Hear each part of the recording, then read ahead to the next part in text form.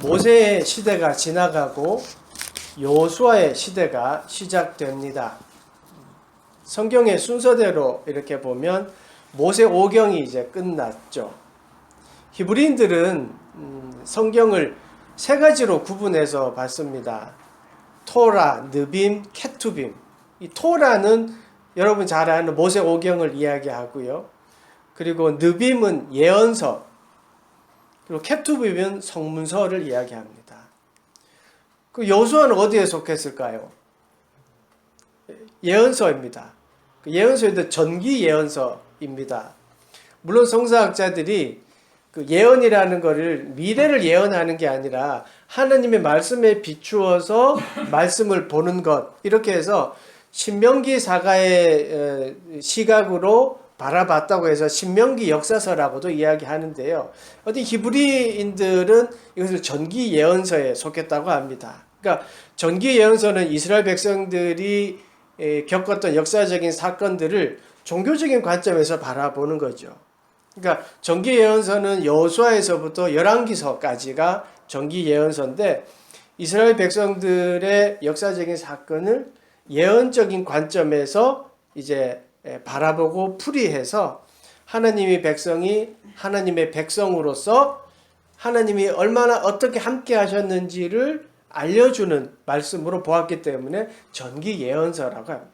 그 후기 예언서는 우리가 잘 아는 이사야, 예레미야, 호세아 이렇게 해서, 후기 예언서는 그 당시에 역사적인 배경에서 보면 강대국과의 싸움 가운데에서 이 지도자들이 부패했잖아요.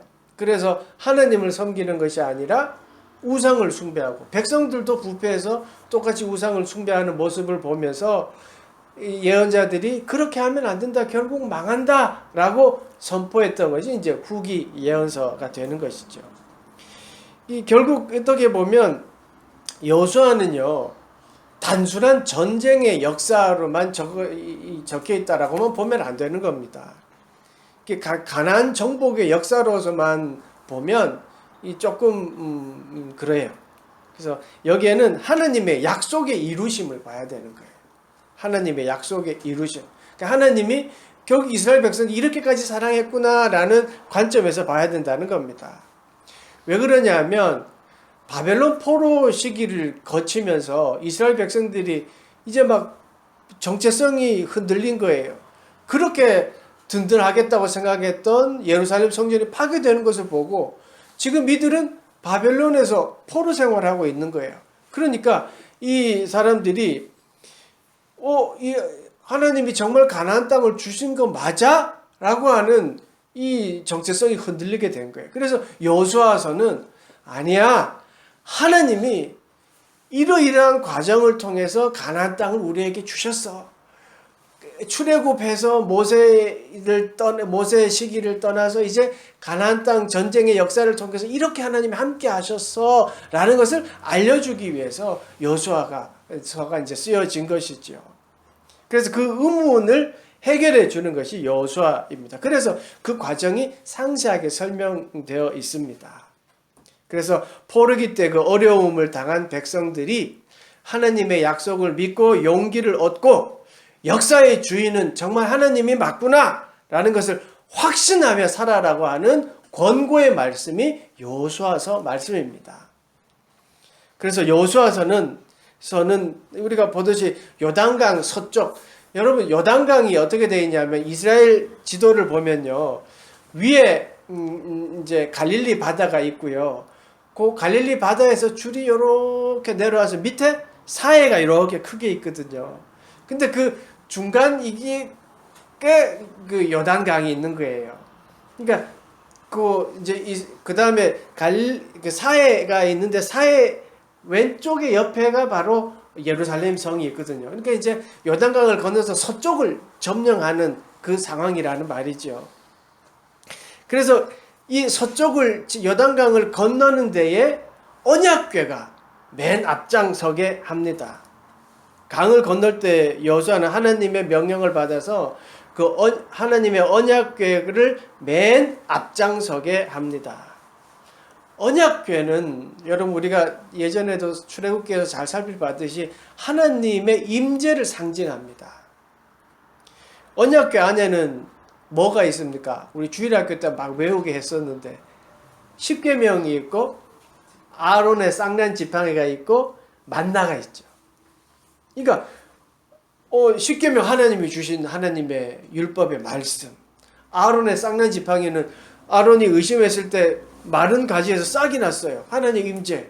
만나는 하나님 우리를 먹여주셨잖아요. 이스라엘 백성들. 그러니까 하나님 임재를 상징하는 게 언약궤 안에 있어요. 언약궤는 또 출애굽기에 보면 크기가 얼마 되는지를 이제 말씀해 주셨죠.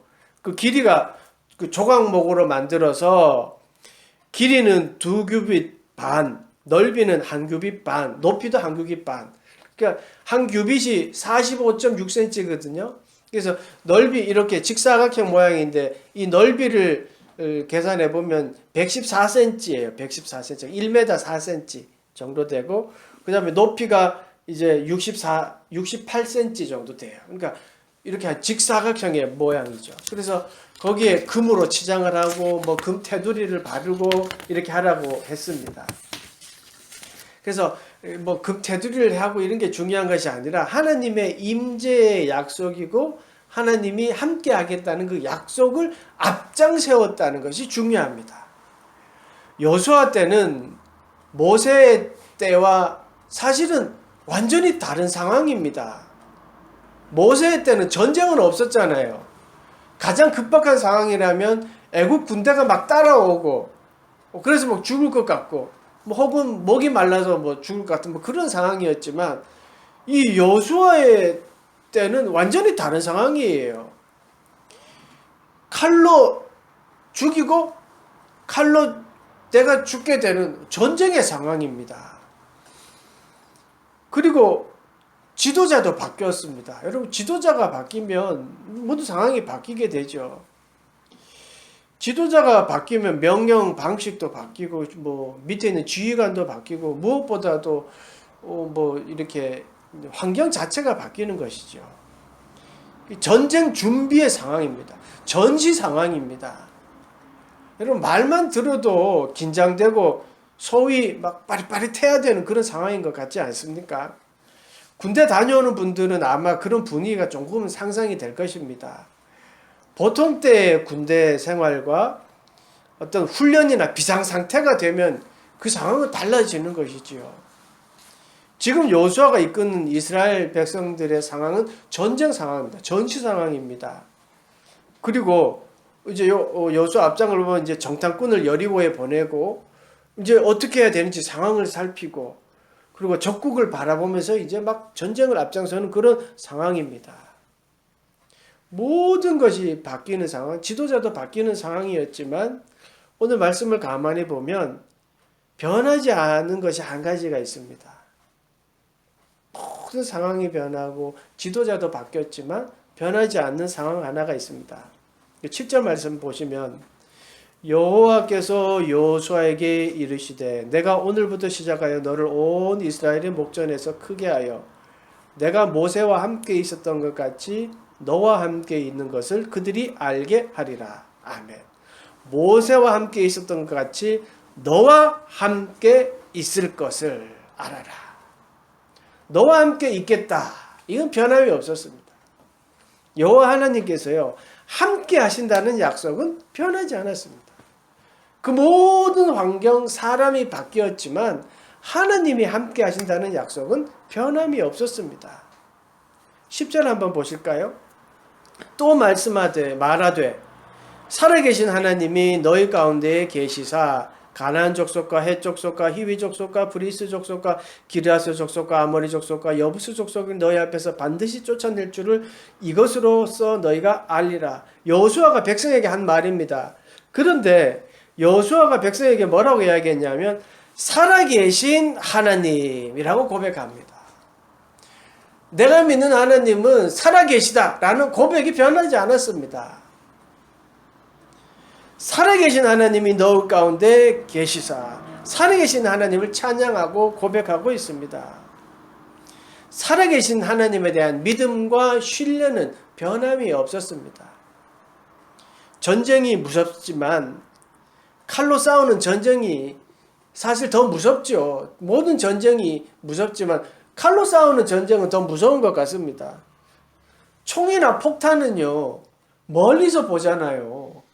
어떻게 죽는지 모르는데 칼로 싸우는 전쟁은 내 앞에 있는 사람이 내가 칼로 찔러 죽는 거 아닙니까? 내가 죽이지 못하면 내가 죽는 거예요. 너무 무서운 상황입니다. 그런 상황에서 하나님은 변함없이 내가 너와 함께 한다. 변함없이 또 신앙을 가지는 여호수아는 고백합니다. 살아계신 하나님을 나는 믿습니다. 라고 고백하고 있습니다. 이렇게 죽음이 앞에 있고 급박한 상황이고 정말 상상치 못할 두려움 앞에 있을 때 하나님이 뭐라고 하셨냐면 앞장서겠다는 말씀하십니다. 언약궤를 앞장 세워라. 하나님을 상징하는 그 언약궤 앞장 세워라. 무슨 말입니까? 내가 앞장서겠다. 이렇게 말씀하셨습니다. 여러분, 전쟁의 상황에서 하나님은요, 적군의 상황을 알려주고 언제 공격하면 된다.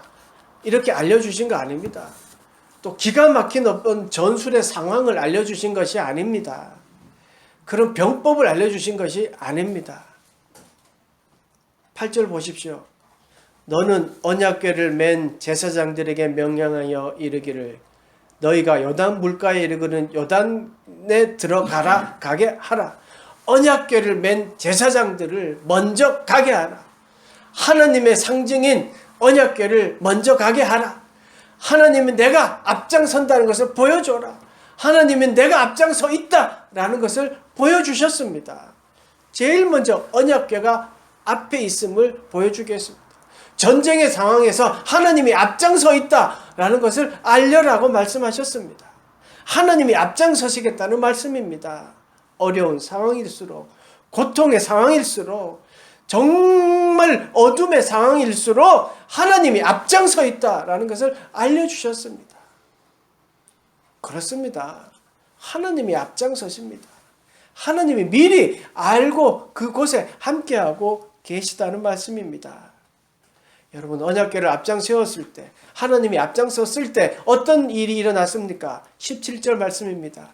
여호와의 언약궤를 맨 제사장들은 요단 가운데 마른 땅에 굳게 섰고 그 모든 백성이 요단을 건너기를 마칠 때까지 모든 이스라엘은 그 마른 땅으로 건너갔더라. 아멘. 제사장들이 언약궤를 메고 앞장섰을 때 그 물이 멈췄습니다. 그리고 그 모든 물이 마르고 백성들은 무사히 건너갔습니다. 하나님이 앞장서셨기에 가능한 일입니다. 하나님이 함께 하셨기 때문에 그 일이 일어났습니다. 변함없이 사랑으로 이끌어 주시는 하나님의 사랑을 우리는 보게 됩니다. 모세이기 때문에, 위대한 모세이기 때문에 하나님이 사랑하신 것이 아닙니다. 전쟁 상황이었기 때문에 특별히 여호수아에게만 기적을 베푼 것이 아닙니다. 하나님은 하나님의 백성을 어떤 상황에서든지 누구든지 하나님은 사랑해 주시고 함께 주십니다. 그리고 그것은 변함이 없습니다. 다만 우리가 상황에 따라, 환경에 따라 변하는 것이지요. 상황에 따라, 환경에 따라 하나님이 정말 살아계신가? 왜 나에게 이런 일이 일어나는가? 우리가 변할 뿐이지 하나님은 우리를 향한 사랑은 변함이 없습니다. 하나님은 결코 변하지 않습니다. 우리를 향한 사랑은 조금도 흔들림이 없습니다. 그래서 하나님은 늘 우리를 앞장서 계십니다. 전쟁 때 이스라엘을 앞장서 계셨습니다. 앞에 계셨습니다. 뒤에서 조정하거나 또 뒤에서 뭐 어떻게 한 것이 아닙니다. 오히려 앞장서서 계셨습니다. 여호수아가 지도자로서 임명을 받고 그 무거운 어깨를 보시고 하나님이 이렇게 말씀하셨습니다. 여호수아 1장 9절입니다. 내가 내게 명령한 것이 아니냐. 강하고 담대하라. 두려워하지 말며 놀라지 말라. 내가 어디로 가든지 내 하나님 여호와가 너와 함께 하느니라 하시니라. 아멘. 여호수아에게 하나님은 미리 나타나셔서 그 무거운 중책을 지고 있을 때에 하나님 말씀하셨습니다. 두려워하지 마. 내가 너와 함께 할 거야. 그러니까 담대해. 놀라지 마. 네가 어디를 가든지 무엇을 하든지 함께 할 거야 라고 용기를 주셨습니다. 미리 앞장서 가셨습니다. 하나님이 함께 하겠다고 여호수아에게 약속하셨습니다. 여러분, 성경 이사야 선지자는 어떻습니까? 두려워 떨었습니다. 내가 어떻게 그 일을 감당합니까? 어떻게 하나님 말씀을 선포합니까? 라고 했을 때 그에게도 말씀하셨습니다. 내가 땅 끝에서부터 너를 붙들며 땅 모퉁이에서부터 너를 부르고 내가 이르기를 너는 나의 종이라 내가 너를 택하고 싫어하여 버리지 아니하였나 하였노라. 아멘. 그리고 말합니다. 두려워하지 말라. 내가 너와 함께함이니라. 놀라지 말라. 나는 내 하나님이 됨이라. 내가 너를 굳세게 하리라. 참으로 너를 도와주리라. 참으로 나의 의로운 오른손으로 너를 붙들리라 하셨습니다. 주님, 저 가서 어떻게 내가 그 말을 선포합니까? 라고 했을 때 두려워하지 마. 내가 너를 강한 오른손으로 붙들어 줄 거야. 놀라지 마. 나는 네 하나님이야. 담대해라. 참으로 너를 도와주겠다라고 약속하시고 그 사명을 감당하게 하셨습니다. 하나님이 앞장서셨습니다. 하나님이 함께 하셨습니다. 우리가 잘 아는 베드로 사도는 하나님을 의지해서 병을 고쳤습니다. 함께 하신 하나님을 의지해서. 베드로 사도행전 3장 6절 베드로가 이르되 은과 금은 내게 없거니와 내게 있는 이것을 내게 주노니 나사렛 예수 그리스도의 이름으로 일어나 걸어라. 아멘. 베드로는 금이나 음으로 고치는 것이 아니라 내 안에 있는 예수 그리스도의 이름으로 나사렛 예수 그리스도의 이름으로 안전병이를 일으켜 세웠습니다. 함께 하시는 하나님을 의지해서 기적을 베풀었습니다. 예수님이 왜 이 땅에 오셨습니까?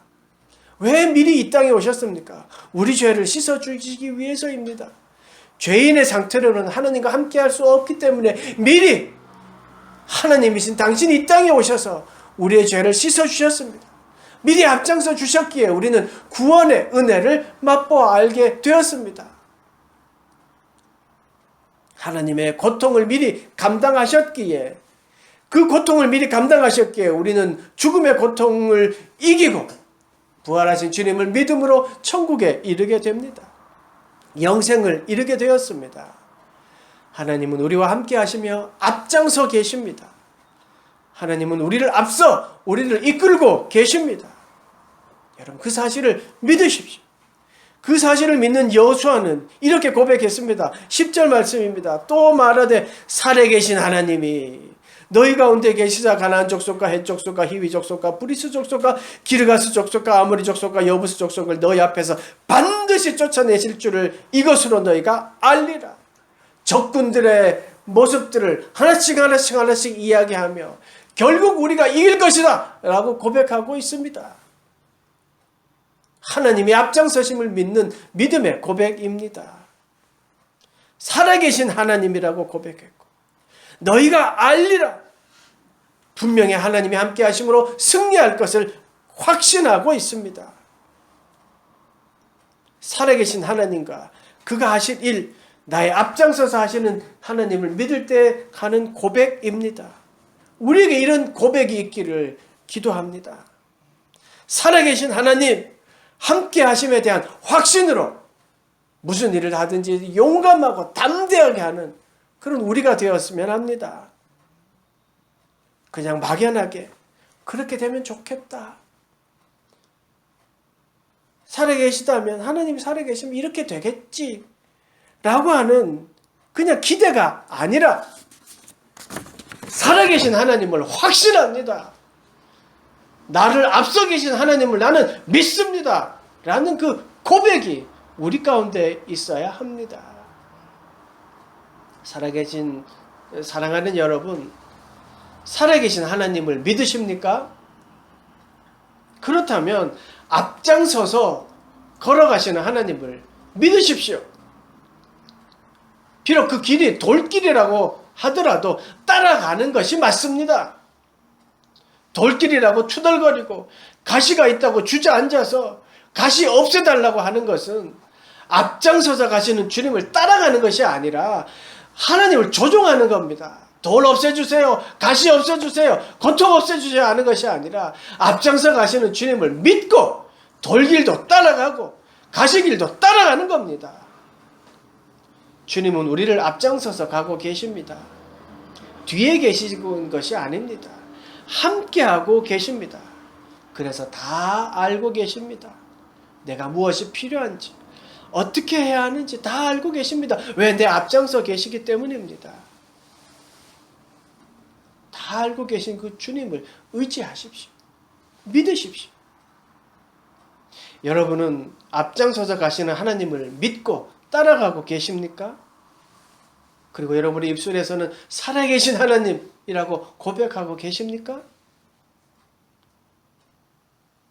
하나님은 앞장서 계십니다.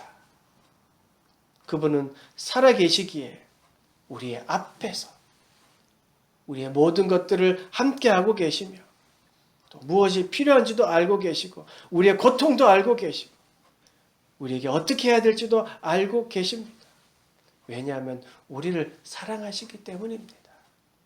하나님이 앞에 계심을 믿고 그렇게 살아가는 여러분 되시기를 간절히 축원합니다. 아멘. 기도하겠습니다. 하나님, 살아계셔서 우리를 앞장서서 우리가 따라오기를 염려하는 마음으로 혹은 안타까운 마음으로 바라보고 계심을 믿습니다. 하나님, 돌을 없애달라고 가시를 없애달라고 주저앉아 있는 것이 아니라 하나님이 앞장서 계심을 믿고 담대히 하나님을 따라가는 우리 모두가 되도록 축복하시고 인도하여 주시옵소서.